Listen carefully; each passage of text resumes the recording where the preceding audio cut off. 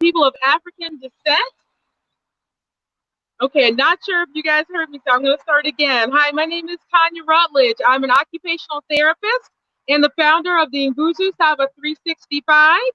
What we do is we encourage people throughout the African diaspora to incorporate the principles of the Nguzu Saba into their daily lives. And we are so excited right now to be able to do a Kwanzaa in July story time with you all. Now, as you can see, I am outside, so hopefully I am loud enough that you can hear me. I have a very loud voice, so I'm hoping that it is projected. So I'm really excited about the two books that we're going to be reading today. The first book is called Wanza, a Kwanzaa celebration.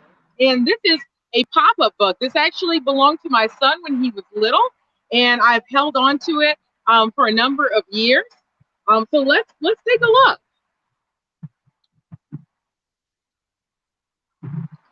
Kwanzaa means first fruits of the harvest. On the first day of Kwanzaa, we celebrate umoja, or unity. Our friends, family, and neighbors gather to celebrate Kwanzaa. Joining together makes us strong. We each sip from the unity cup called the kikombe cha umoja. We do this to honor our ancestors.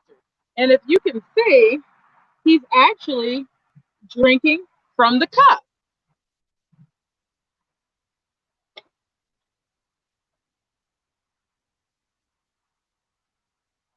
The second day of Kwanzaa, we celebrate Kujichagulia, which means self-determination. Our special history gives us the confidence to decide what is important to us. We decide who we are and who we will be. We light 2 of the Mishuma Saba, or 7 candles. The candles remind us of the 7 principles of Kwanzaa.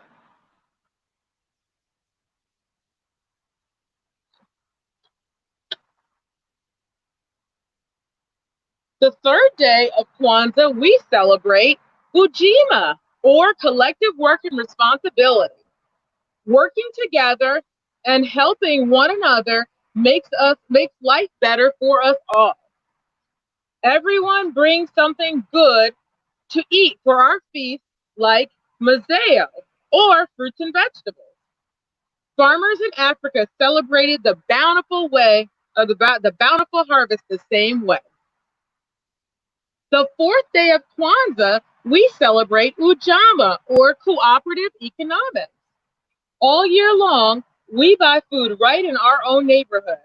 And as you can see in the picture, the children have corn, beets, and all kinds of fruits and vegetables available to them. The fifth day of Kwanzaa, we celebrate Nia. Nia means purpose. It stands for our hopes and dreams for the future. Corn, called muhindi, is placed in the Kwanzaa table for 1 ear for each child. The corn symbolizes our parents' wish for us to grow up strong and happy. And as you can see, the children are surrounding their mother, and there's an ear of corn.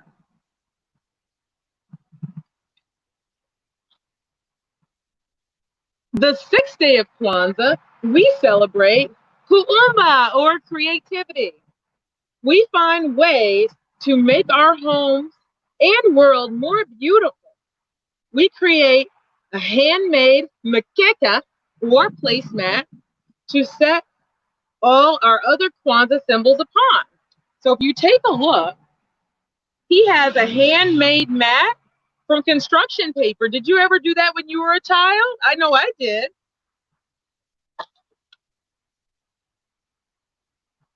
The seventh day of Kwanzaa, we celebrate Imani, or faith.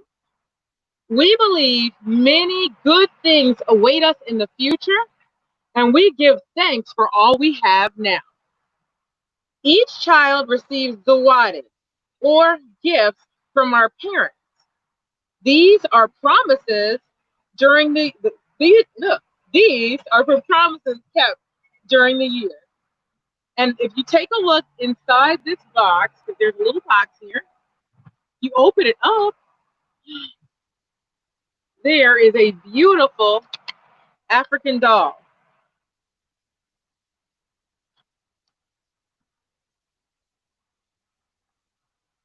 Finally, we have a karamu, or big fest or feast, following music and dancing.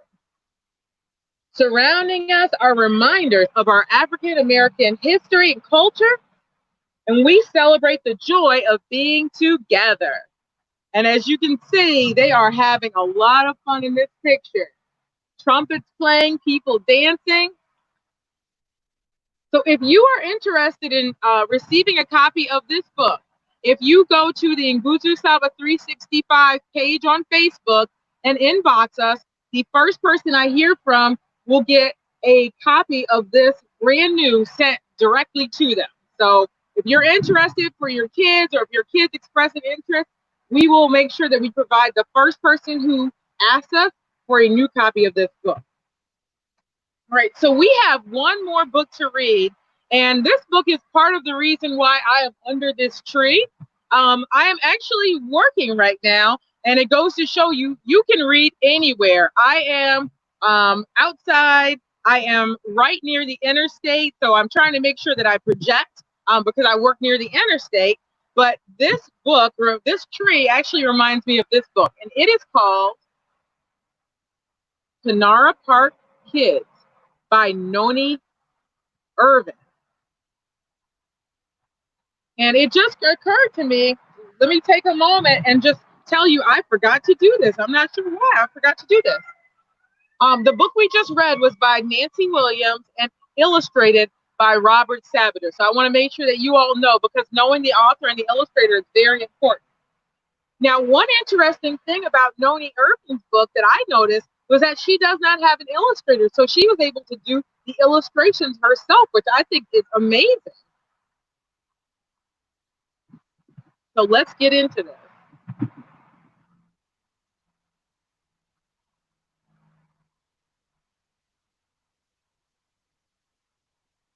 I have had the pleasure of living here in the center of this very beautiful park my whole life.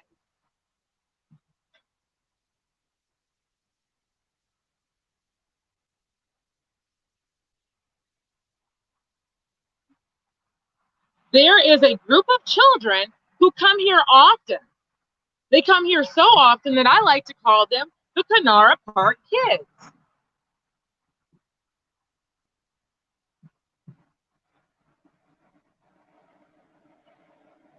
I'm going to pause for one moment.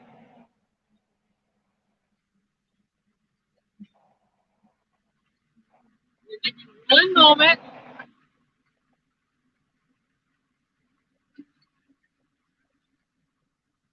As I said, I'm working, so I'm outside. I want to make sure you all can hear me, so I'm going to let that train pass. Okay. Shaped like Mother Africa, there are 5 play areas of the park that remind me of the 5 regions of the continent. They play Siga in the north, Butterfly in the south. In the east, they like Shacks. And in the west, they like a game called Dara, Dara, or Doki. In Central Africa, everybody plays Mancala. Great fun. I will tell you all about my friends. So as you can see, these are the 5 areas that were spoke upon.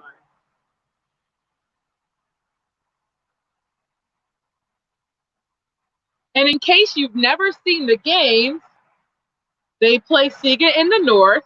This is Siga.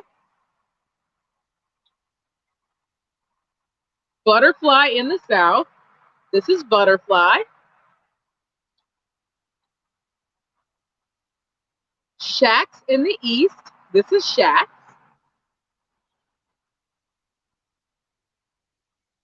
Dara, Dara, or Doki In the West, and this is Doki,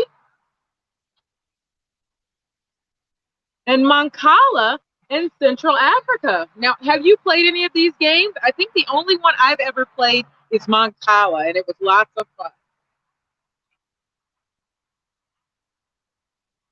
When Umoja comes to the park, he is usually calm and collected.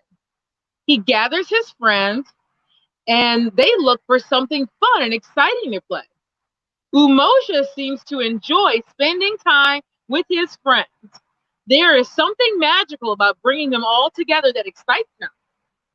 This is Umoja. Does anybody in your life look like him? He reminds me a little bit of my husband, actually. KG, or Kuji Chagulia, always has a skip in her step. She is focused and determined in whatever game she plays.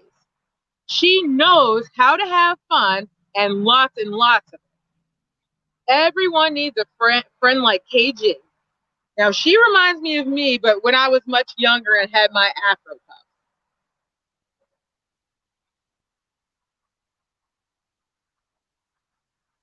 I enjoy the twins, Ujima and Ujama. Ujima was born first. He cares deeply for others and believes everyone's problems are his problem. He's always trying to way to help to find he's always trying to find a way to help his brothers and sisters. Ujama was born second. He is smart. He often wins the games he plays, especially when it involves sharing and working together. Ujama invents new games for them to play. Now, does anybody in your life look like Ujima or Ujama? I say my son probably looks more like Ujima, but he thinks he looks more like Ujama.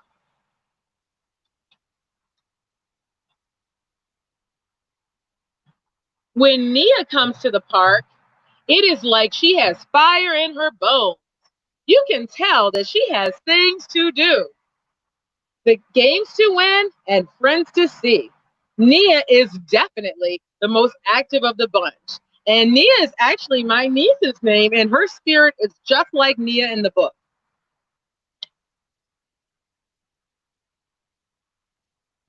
Kuumba is a delight.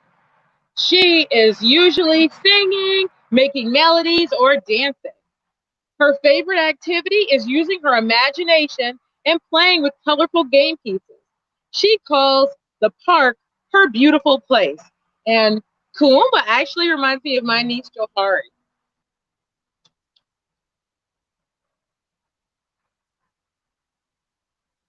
Imani is like sunshine on any given day. She has such a warm, beautiful presence and is looking. I'm going to wait a moment. Okay. She has such a warm, beautiful presence and is best at looking out for her friends and making sure they have what they need often before they need it. And she reminds me of every Black mother I've ever met. That's really who she reminds me of. She reminds me of my mother, my friends' mothers, mother-in-laws. She just reminds me of a mother. What a wonderful group of friends. After playing, they come over near me. I am the flame tree. I'm big and protective and majestic with red flaming leaves. I remind them of their history and the ancestors they never known. Kanara Park gets its name from the candle holder that is used in our Kwanzaa celebration. These kids are the best of friends. And just as there are 7 of them, there are 7 principles of Wanza. So now we know why there were 7 characters. Kanara Park kids are intelligent and aware of their heritage.